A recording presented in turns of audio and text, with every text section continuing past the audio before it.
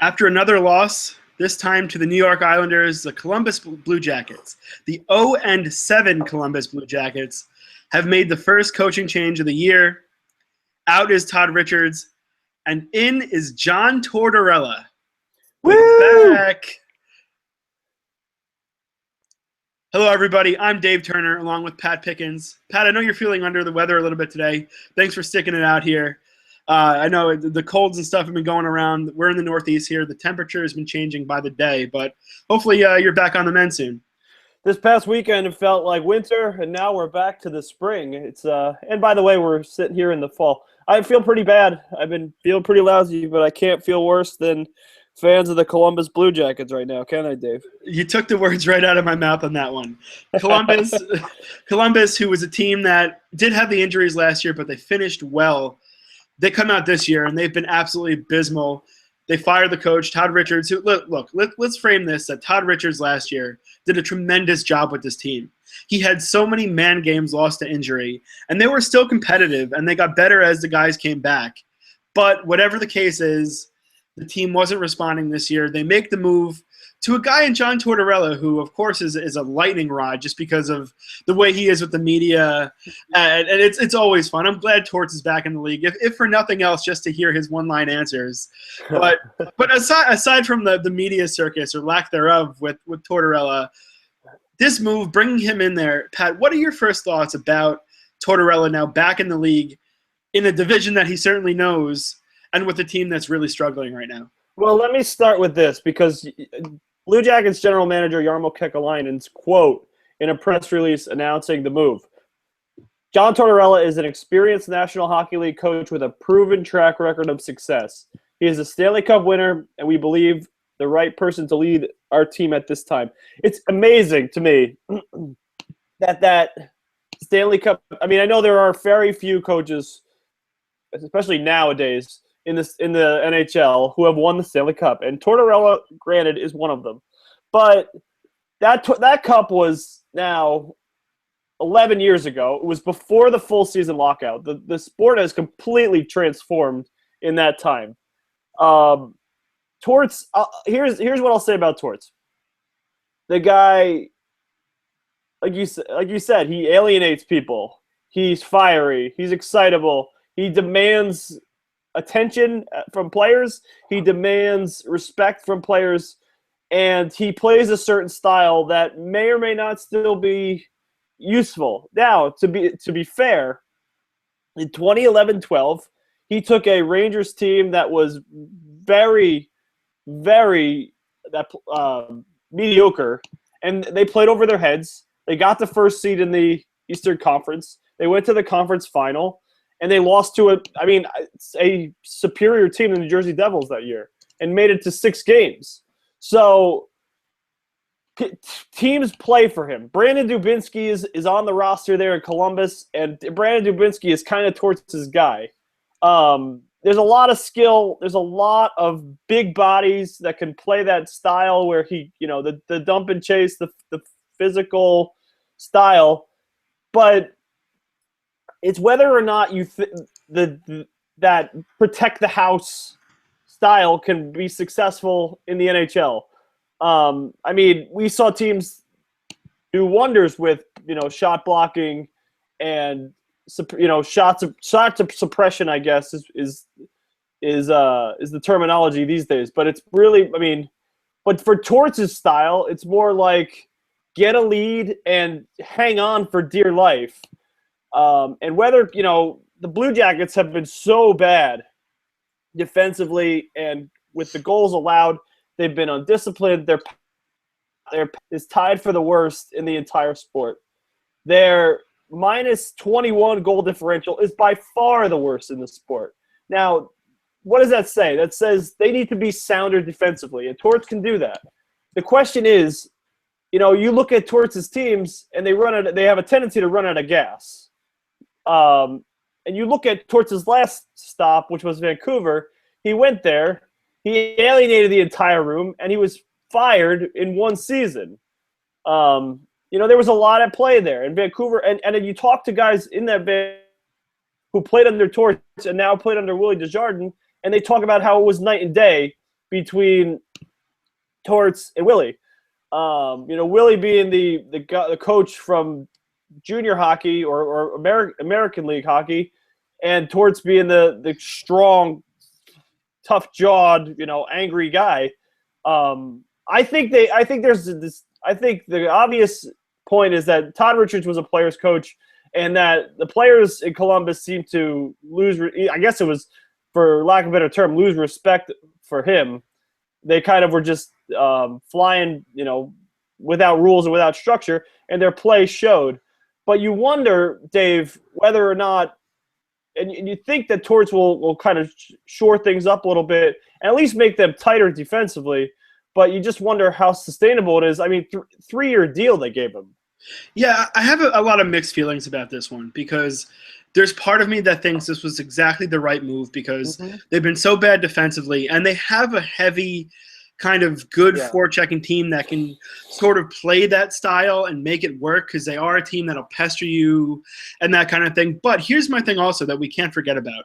I hate using the term injury prone, but after what we saw last year from this team, is this the kind of team that you want playing heavy physical games every night and blocking a lot of shots? I don't know. I mean, who knows? They might not lose anyone to substantial time all year to injury. But I think that's something that at least has to be said, that a team that has all these guys coming off of injuries, various places and such, do you really want them to be playing this kind of game? But the other side of this is Torts. I listened to him. He did an interview on Sirius XM. I was listening to it in the car, and he was talking about that the game is changing, and I think at least he's acknowledging that. How far he goes remains to be seen. We'll find out very soon. But I think he's going to have to change his style a little bit for it to work. Don't get me wrong. There's no problem with a defensive-minded coach still. You have to play defense to win. But at some point, though, he's going to have to realize that speed through neutral ice and good breakout passes and the ability to create off the rush is where this league is going. And if you're not doing that at all, you're probably wrong. So to me, there's some ways that I feel really good about this. Others that scare me that I don't know if he'll quite be able to turn it around. I think the thing is, in the short term, we both agree that this is a strong move. This will make them more accountable, sounder defensively. It's just whether or not – I mean, it's one of those moves that had to be done, though, at this point. You have to – I mean, we said it – we were among the first people who said it last week when we said that Todd Richards, if this goes any longer, that, it's the coach has to go. And mostly because of, the team was successful 2 years ago, underachieved because of the injuries as the excuse last year. But now to be 0-7 when you're a Stanley Cup pick. And let's face it, maybe this roster is just thinner than it was last year. They gave up a lot to get Brandon Saad. Brandon Saad, by the way, has been very good. 4 points, 3 goals. Peppering shots at the cage, making plays. And I look back at the game where they blew it against the Rangers and their home opener. And they were up. And they gave up 3 goals late, and that's kind of where the fall happened. But you wonder if they would have held on there. But they gave up a lot to get Brandon Saad, and right now it's just it looks like maybe that team has been a little depleted by that decision. Yeah, no doubt. Anytime that you take away depth to get one guy or 2 guys and you give away a lot at the bottom, you always wonder where the kind of the meat and potatoes of your team is going to be. Mm-hmm. And I don't get me wrong, Brandon Saad's an excellent player. I'm sure once we see this team settle in to some extent, you're going to see Brandon Saad show that he's more of just a system guy in Chicago. But yeah, depth is always a big thing to remember, that if you kind of take out the bottom from under you, it's not always expected to just be okay. But switching gears now, because I'm sure we'll have a lot more looking at Columbus in the next few days. We have two teams that are pretty deep, 2 teams who have been used to this, but they're both facing injuries. We have Duncan Keith, who's out 4 to 6 weeks, as he had a big injury, and that's going to be tough for Chicago, especially in that division. Then you also have Logan Couture, who's also out for a substantial amount of time, 4 to 6 weeks. And I think for him, it's definitely going to be 6 weeks because it is a broken bone. But Pat, if you had to pick between the two, who is a bigger loss to their team? First, let me start with the Couture injury was so fluke. I guess Peter DeBoer said that he caught a rut in the Prudential Center ice at practice. I'm going to go with Duncan Keith because he's the defending Conn Smythe Trophy winner. He's basically the reason the Blackhawks won the Stanley Cup last fall. He's probably a top 5 two-way defenseman. He gets the team moving offensively. He starts the rush. He's such strong defensively. So sound in his own zone. And let's face it, I mean, great defenseman, top 5, top 10 caliber defenseman, just don't fall off trees. And the Blackhawks are strapped salary cap wise anyway. And if you look at what the Blackhawks are talking about doing as far as got players to replace him short term, first off, there's not a trade to be made at this point in the season. Nobody's just going to offload one of their defensemen just because the Blackhawks are down. If anything, it would go the other way. And secondly, if you look at their system, there's not a lot there. You're talking about Kyle Comiskey, who played in spots during the playoffs last year. Michael Roosevelt, who's coming off a broken ankle that ended his season last year. You know, they were depleted a little bit when they had to trade Johnny Oduya in the offseason. And now to lose Duncan Keith for 4 to 6 weeks in front of a goalie, Corey Crawford, who a lot of people believe – it may not be one of them, but Corey, who believe that Crawford is just a product, good enough in the system around him. And plus, throw in the fact that they're in the loaded Central Division, and right now they're kind of teetering towards the bottom of the Central Division. They're in second to last place, starting play Wednesday, with 6 points. And in fact, they've scored tied for the fewest number of goals in the Central Division.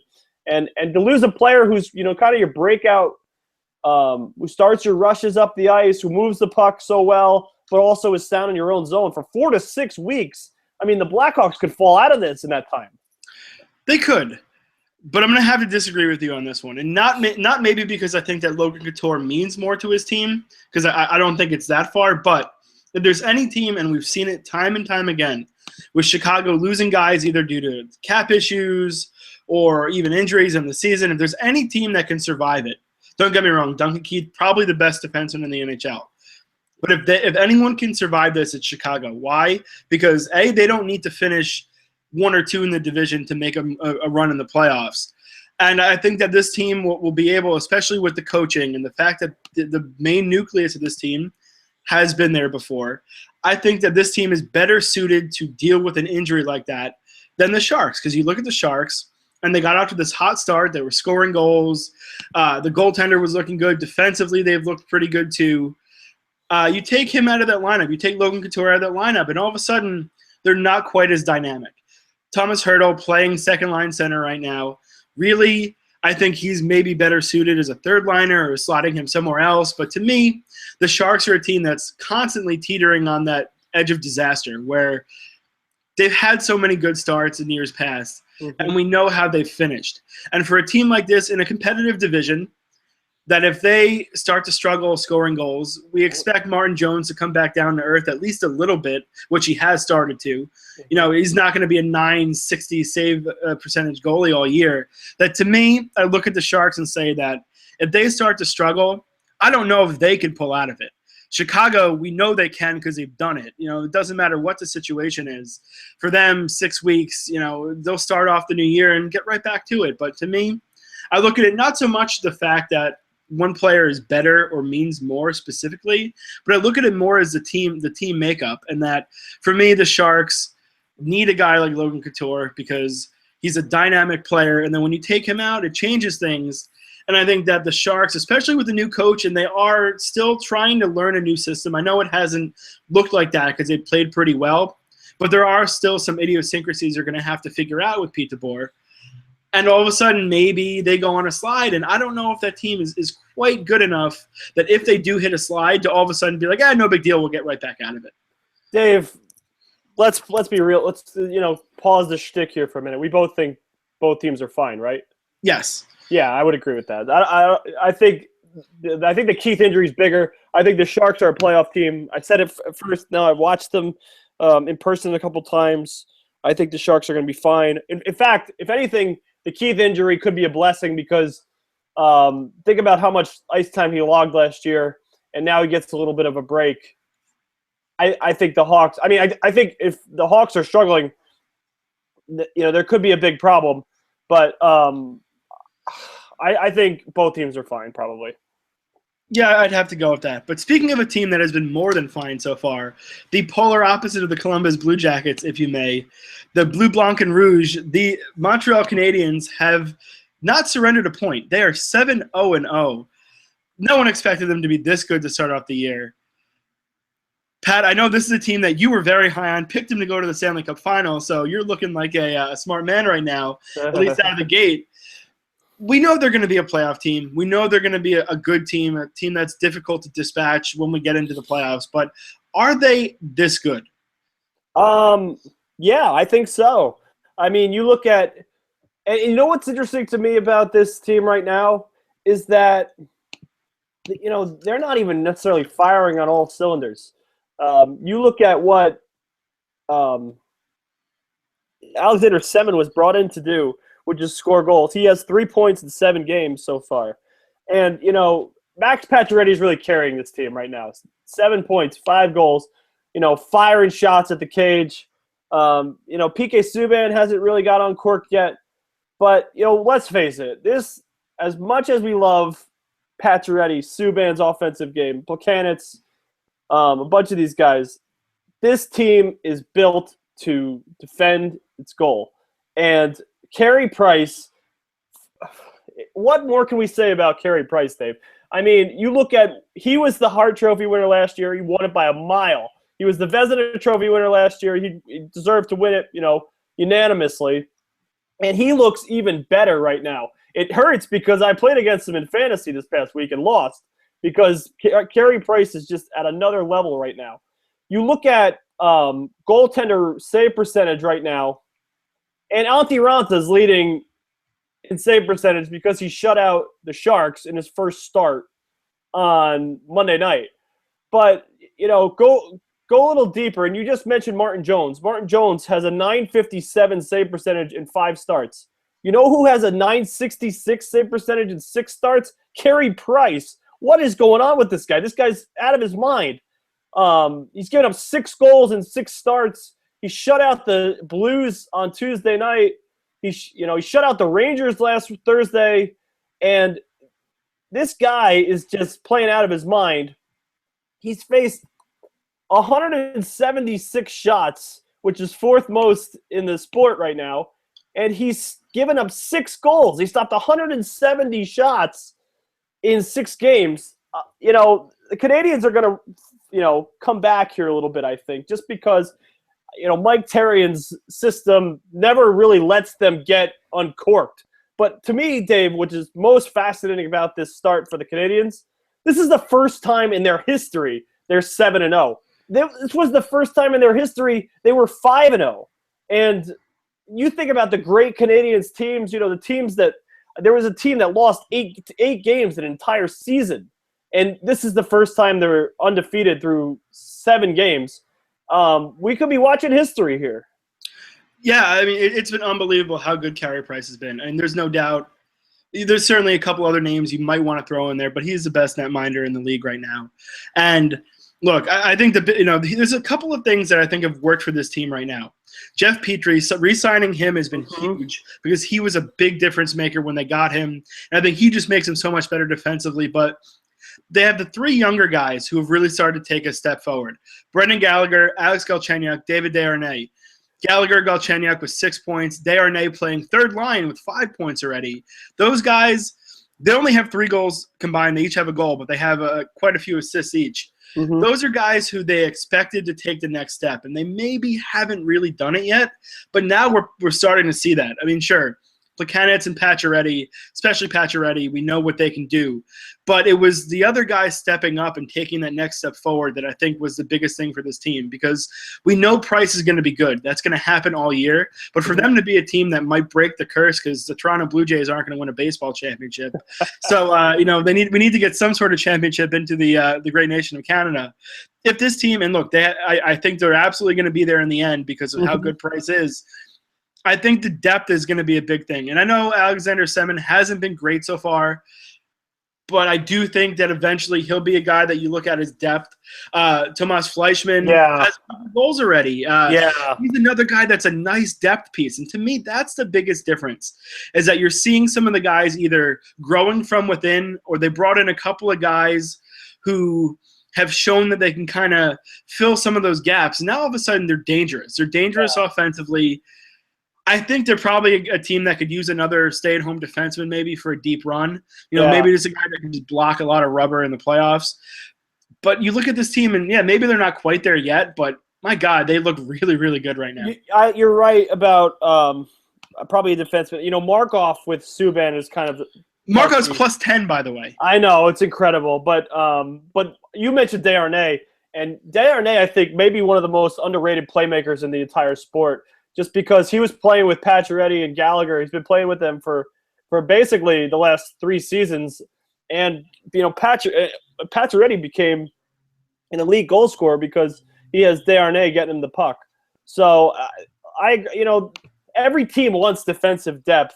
But, really, this is going to be a fun year in Montreal, I think, just because they're going to be, like you said, Carey Price is at some kind of level. And honestly, Dave, if they don't win the Cup this year, when are they going to do it, man? It's a good question, because I think they're getting hot at the right time now. They're getting all the pieces together. I'm still not sold on Tampa being able to recreate all of their success. I'm a big John Cooper fan, but I think it's going to take a lot for them to get back quite where they were. The Rangers are going to be another tough team. Washington's going to be tough, but the Islanders. I think, Islanders too. But I think if you look at Montreal, I think they have just as good as a chance as any of the elite teams right now, that you could really make the case that maybe after this long drought that the Cup could come back to Canada, because, what are you going to say bad about this team right now? I mean, they're 7-0. They've done everything right, and they're still not even playing quite as good as you expect them to possibly play, which is almost preposterous to think about a 7-0 team not being as good as they possibly can be. Yeah. It's going to be fun, and the Bell Center's rocking. I mean, look, if you have the NHL package or you have a chance to watch a game and you're listening to this, watch that team, and they're fun to watch, especially at home. The fans are ravenous. I've been up there a few times. Yeah. I love that city. Yeah, it's a way of life up there. I mean, especially now they're gonna be in the Winter Classic too this year. Yeah, which is going to be great, because if Boston's out of it, there's going to be so many Montreal fans that are going to be invading the horrible parking situation at Foxborough. in Foxborough, which is for anyone who's been up there, it's beyond terrible. There's like one road in and out. And then you're going to have a bunch of people who might not speak English necessarily as their first language coming down from Montreal, and angry Boston people who might not be too friendly to them. Yeah.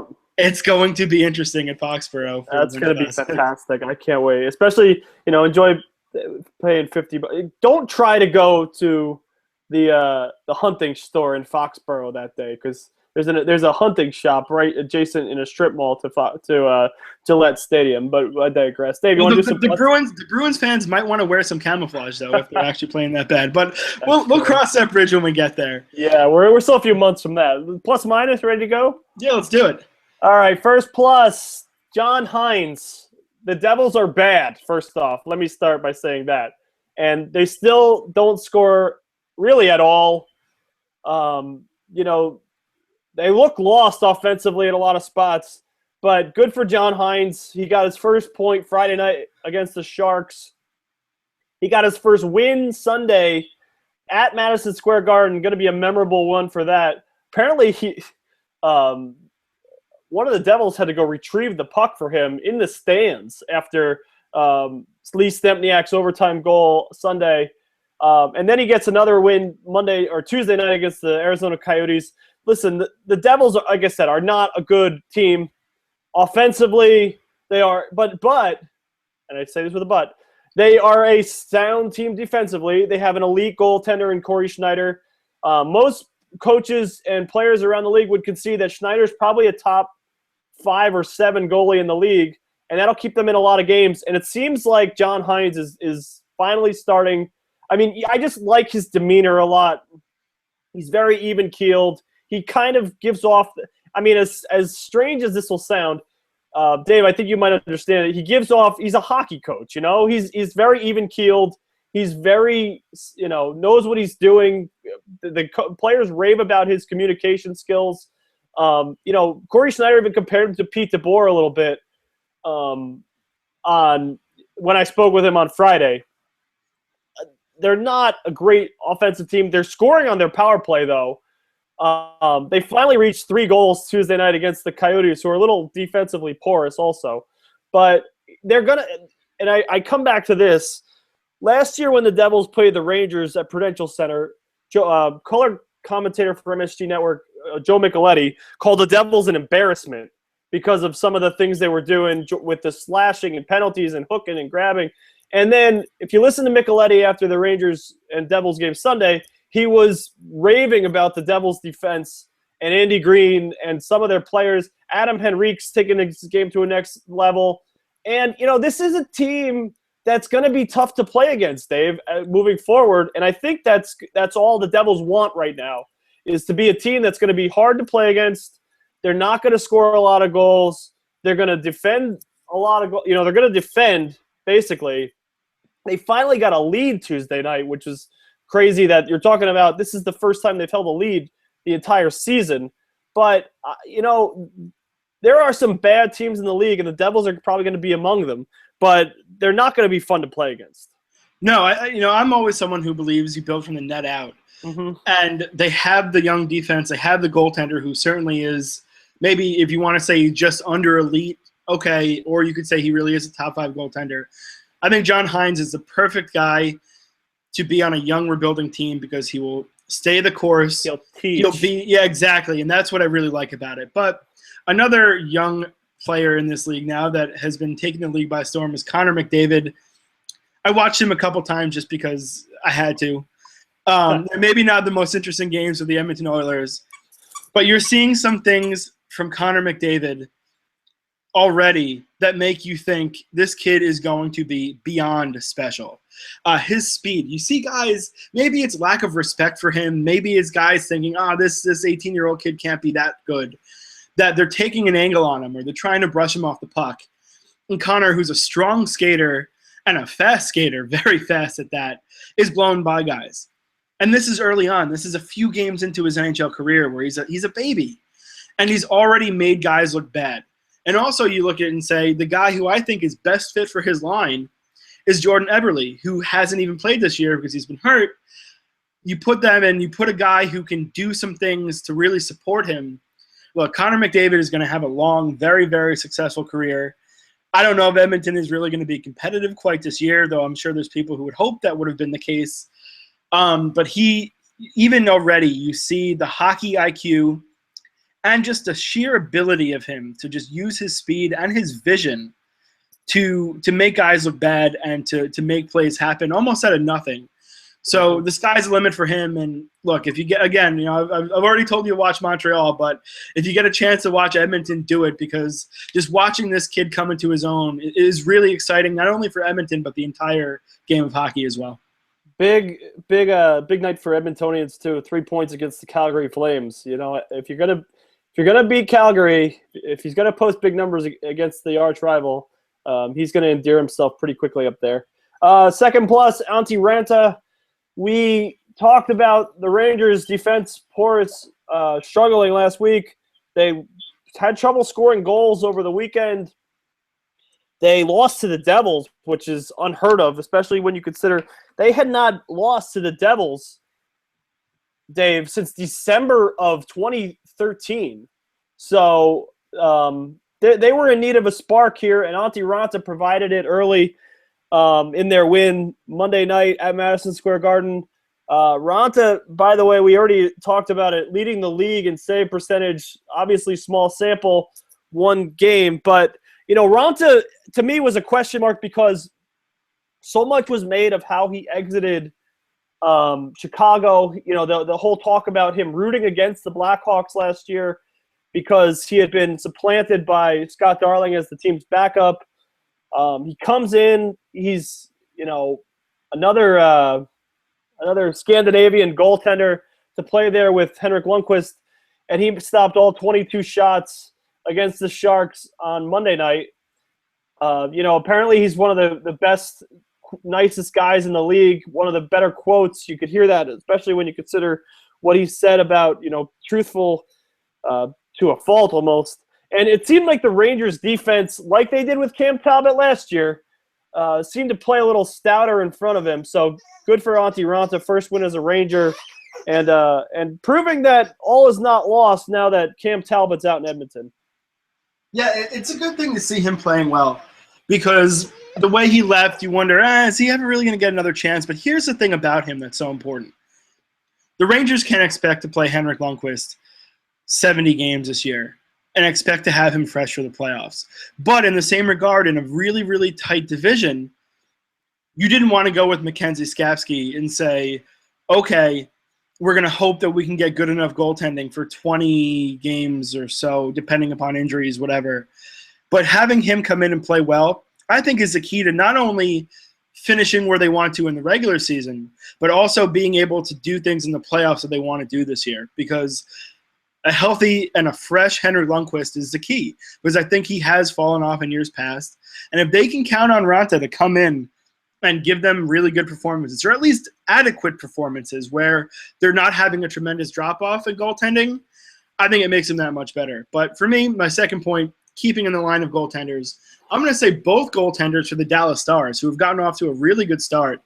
But you look at Dallas, and the question mark was goaltending, Kari Lehtinen, and then, of course, Antti Niemi. Lehtinen was pretty bad last year. Niemi also not so great last year. So he comes into Dallas, and you say, is one of them going to show themselves to be the number one? And they've both been pretty good so far. Sure, a lot of it is the fact that Dallas is such a good puck possession, volume shooting offensive team that there's some nights that you just don't get a lot of chances against them if they're playing their game.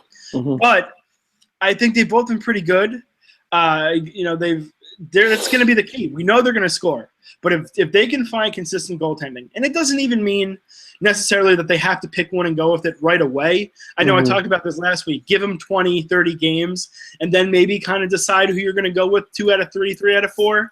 But if both of them are playing well, Dallas is going to be a very, very tough team to beat because they're going to put up at least 2 or 3 goals in you every night. That if you're not scoring against Dallas, you know, in the upwards of 3 area, you're probably not winning. So for me, to see both of those guys playing well means very good things for the Dallas Stars. 21 goals in 6 games, Dave, for the Stars. That's only the Islanders have that many in 6 games. So, which, by the way, we're not giving them enough to. My final plus, and people can roll their eyes at it, but it's going to be Sidney Crosby. So much made about his struggles to generate shots, points, that he's been struggling, that he's been, deferring to Phil Kessel, but maybe the schneid is over because Sidney Crosby scored a goal Tuesday night, and so much made about Crosby's demise. By the way, he scored a power play goal. He had 3 points and set up the other 2 goals, including the game winner in Pittsburgh's 3-2 win over the Panthers. So he had 9 shots on goal, which actually more than doubled his shot total for the season. He played 21-55.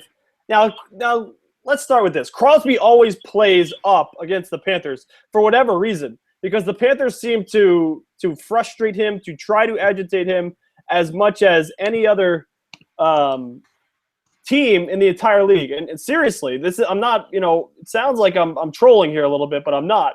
But Crosby had 3 points, first goal of the game, 2 secondary assists, including the secondary assist on Phil Kessel's third period goal. Now, listen, the Penguins are not out of the woods yet. They blew a 2-0 lead there. But so much was made about Crosby's struggles to get offense going.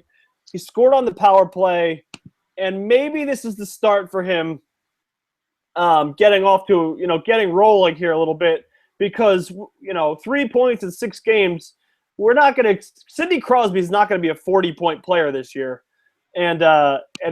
So much was made about his struggles to generate shots, generate points, generate goals, deferring to Kessel, that it feels like he just needed one big night to get going, and I think Tuesday was it. Yeah, I mean, we all know what he can do, and if he gets a little bit of a spark, he could just take off and be the kind of guy that'll put up 15 points in 10 games or something like that, or even more. We know what we're getting from him. But for me, my last point here is going to be a relative unknown that'll probably become a household name because that's what the Chicago Blackhawks tend to do. Artemi Panarin, young Russian, he's 23 years old. He comes in, and he has 7 points, 2 goals, 5 assists in just 6 games. It's almost, I don't want to say comical, but, I mean, we talk about that this team, because of their cap issues, that every year they have to get rid of these players because of the cap issues. But they keep finding new guys. I mean, it's almost like clockwork. It's like, well, we can get rid of all the Brandon Saads of the world and Patrick Sharp. Oh, here comes a guy who has 7 points in 6 games already. And he's looked good doing it. I mean, he's looked like a dynamic player that can, I don't know if I would go out as far as say he's an 80-point guy in the making, but is he a guy that could possibly be a 50-point player even this year? Yeah, possibly.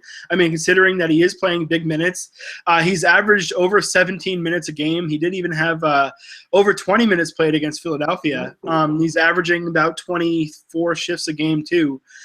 So he's getting good minutes and he's making the most of it, which means that they're trusting him, and he's playing well. So that for me is my last plus, because I think he's been too good to ignore the fact that, sure, maybe it is catching lightning in a bottle, but from what I've seen of him, I don't think he's going to fall off just because he's in a system that is going to help him to become a better player. I agree with that only because when you look at the Blackhawks, it's amazing. They're like the feeder system for the rest of the league. It feels like every team has an ex-Blackhawk. I mean, they have Andrew Ladd and Dustin Byfuglien and Patrick Sharp and just player after player after player. And like you said, they just keep finding him. Teuvo Teravainen was one of those. And now, Panarin has been fantastic as well. So we'll stick with that.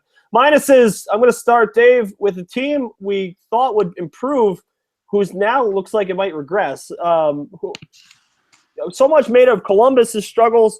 But how about the Buffalo Sabres, who are, some people had them as a sleeper playoff pick.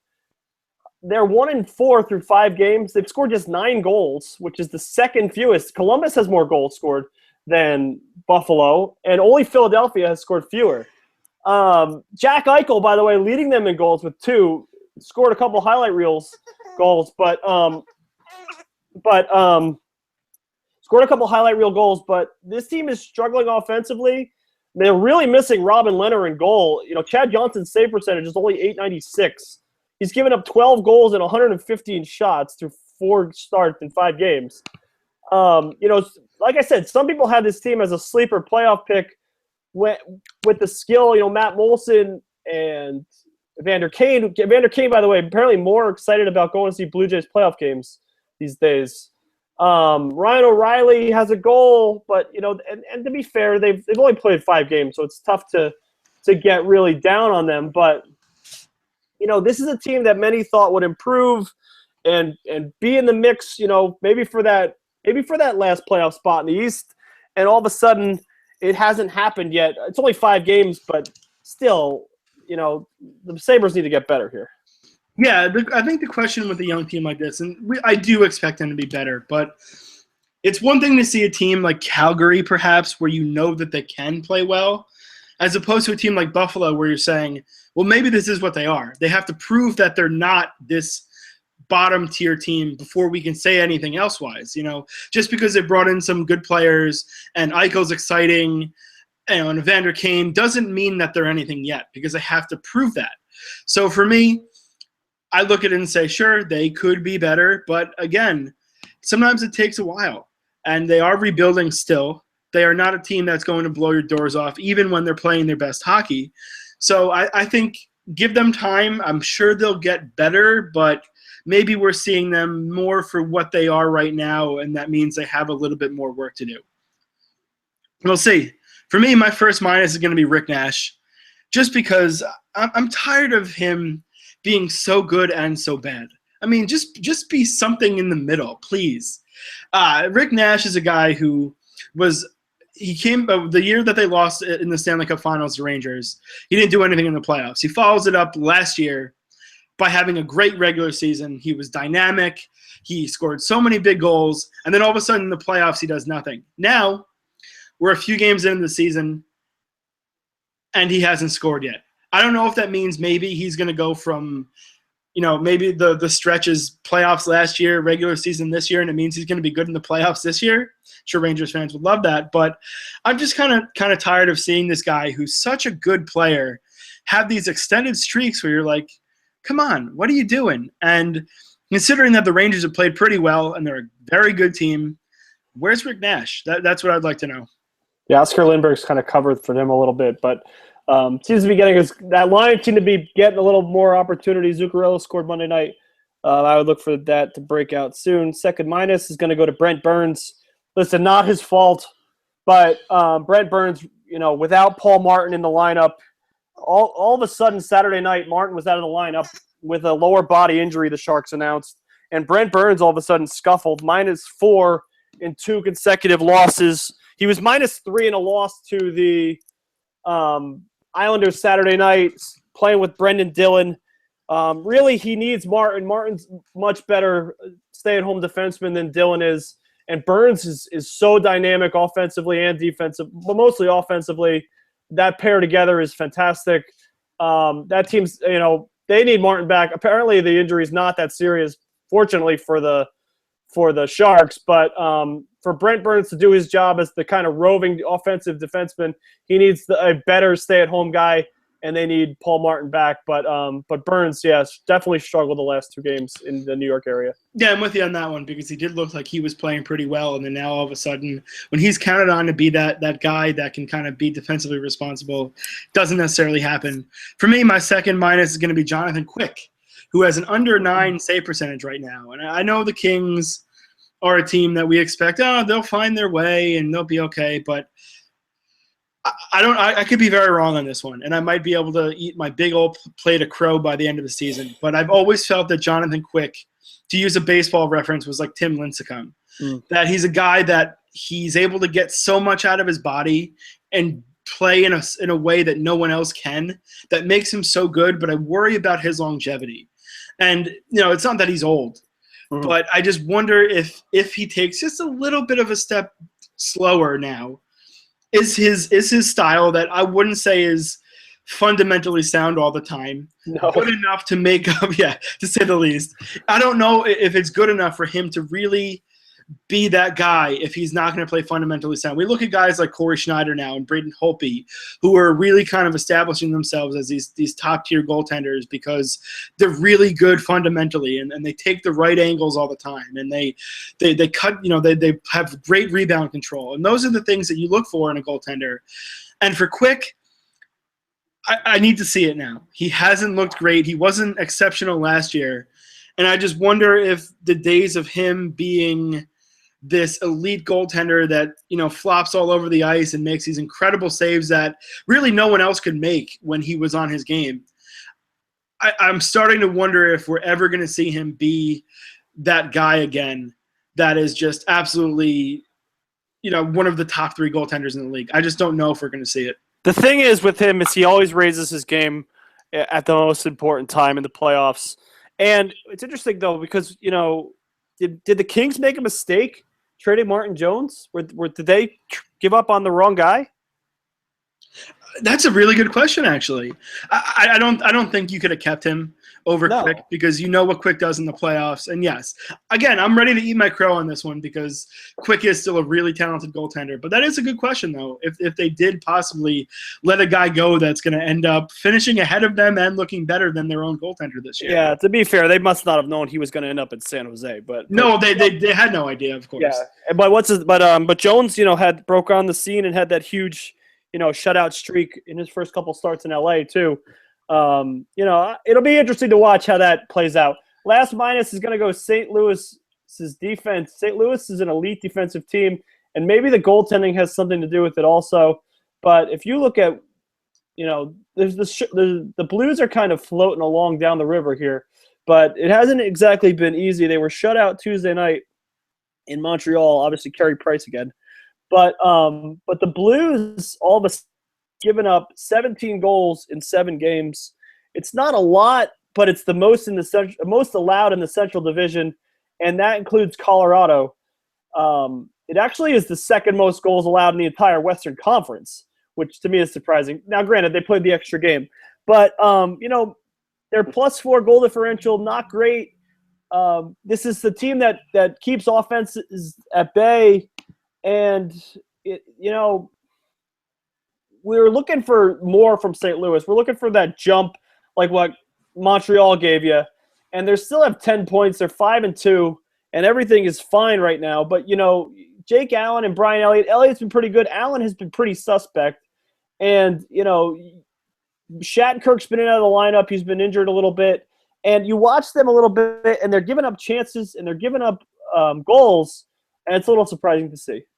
Yeah, they have gotten off to a good start, but maybe there is reason for concern, just because we're always looking at the big picture with this team. We're not looking at the regular season. We're looking at it and saying, is this the team that has the ability to go somewhere in the playoffs? And so far it hasn't been the case. Speaking of another team out West who, granted, they've been much worse than the Blues so far. Maybe they're going through that dreaded kind of sophomore slump. I don't know. Still a lot of hockey to play. Team that I've waxed poetically on it quite a few times, and maybe I've been wrong. Calgary Flames has not looked very good. It's not that they've been terrible offensively. Even the goaltending hasn't been very good for them either. And they had maybe a chance to go out and find someone in the offseason, maybe make a trade or something like that and find a goaltender. They decided to go with Hiller and Ramo. Ramo, who had some really good gutty performances last year, a guy who you thought, he was kind of a scrappy guy, and all of a sudden you're like, maybe he deserves a chance to start. Well, he's had quite a few games, and he's been pretty bad so far. Mm-hmm. And you wonder if this team, the analytics people will say that they're going to go the way of Colorado because they had the same kind of puck possession as Colorado. And you wonder if maybe they kind of played over their heads with the goaltenders, and now this is what they are this year.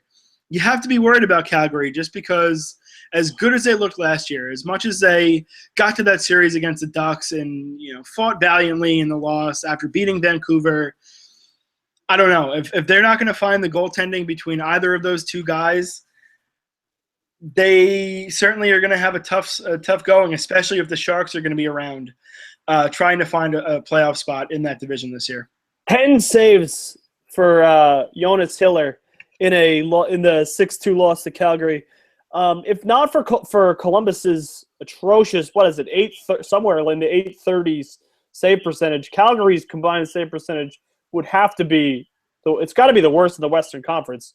They're both in the 800s, and you hear Bob Hartley talk about he wants to pick one and run with it. Well, then do it already, man. Like, let's go. I know they've both been bad, but if you're gonna say you want to, pick one and play him, only he can do that. So listen, I think this team's gonna come around. Listen, I told you this was my pick to go to the Stanley Cup Finals, and as good as the Canadians are looking, is as bad as the Flames have. They were still offensively dynamic. I still think their defense is going to be okay, but maybe the analytics people were right in terms of the shots, the Corsi percentage last year, and that they got a lot of breaks. My only thought is that this team is better defensively than it's playing. The only problem with that is, are they okay enough in goal? And that's kind of what you just said. I mean, you've been down on this team's goaltending since last year, even when they were kind of bucking the trend. They got to do better than this, though. Yeah, I don't think they're going to be this bad. But if the goaltending is going to be an issue, here's my question. If the Boston Bruins continue to struggle, I know their cap issues would make it tough to bring back what they want necessarily. If you're the Calgary Flames, do you somehow try to bring in Tuukka Rask? You're going to have to give up a hell of a lot for him. But if you're a team that you feel that you're a goaltender away from really being a contender, do you consider that move at least? If he's available, we don't know what the case. But if a guy like that is possibly movable for a hefty price tag, do you consider doing it? They have prospects. Yeah, I would do that. I would certainly. You have to certainly consider it because of how bad their goaltending is, and just because of how much of a symbol or a basically a symbol. It would basically it's they need to make a move for a goaltender would be. It's like what the Wild did with Devin Dubnyk last year.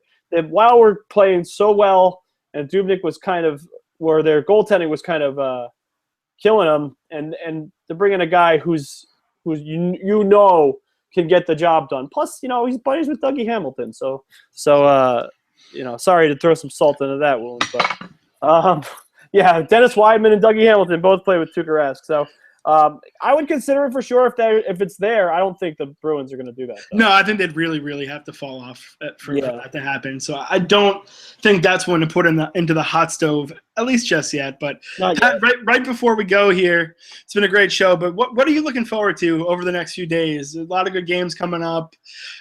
To me, every night's been really, really fun so far, just because we're finding out new things every week. But what are you really looking forward to most? Well, there's a couple of things I'm really looking forward to. First off, Friday night, the Capitals are in Edmonton. So the high-flying Capitals, who are scoring goals at will. Alexander Ovechkin scored his 900th point. They have 19 goals in 5 games, which, do the math, that's pretty impressive. And they're in Edmonton to take on Connor McDavid and the Oilers. And then you watch also Thursday night, Sharks and Kings. The Sharks bomb the Kings on opening night. Keep an eye on that. Just a lot of great games coming up this week ahead. But those are 2 that I'll have my eye on. Dave, how about you? For me, it's going to be the first John Tortorella press conference after a loss. Nice. I can't wait. I mean, he's got a whole new slew of media. Not that there's a ton of guys in Columbus, but I'm sure there'll be a couple national guys there too, possibly. He has to train these media guys about not getting any information. They're going to have to learn that when he speaks, you're not getting much, and you're going to have to ask responsible questions or face the wrath. So I think that one's going to be a fun one. I can't wait for someone to maybe try to test him or not remember who he is or something of that matter. Especially in a smaller market like Columbus, maybe someone will kind of throw him a question where they're going to test him a little bit, and then Torts is just going to be Torts, and that'll be the end of the story. So I'm actually looking forward to that. Condolences there in Portsmouth. Is going to have to deal with him for the vast majority of I guess over the next 3 seasons, depending on how long Torts lasts there. We shall see. All right, Pat. It's been a good show. We'll have a lot more to talk about. Hopefully no more coaching firings yet after this point for a while. It'd be nice to kind of just settle in here and not have to talk about the hot stove, but we shall see. For Pat Pickens, I'm Dave Turner. This was Puck Talk with Pickens and Turner. We'll be back next week. Enjoy, everybody.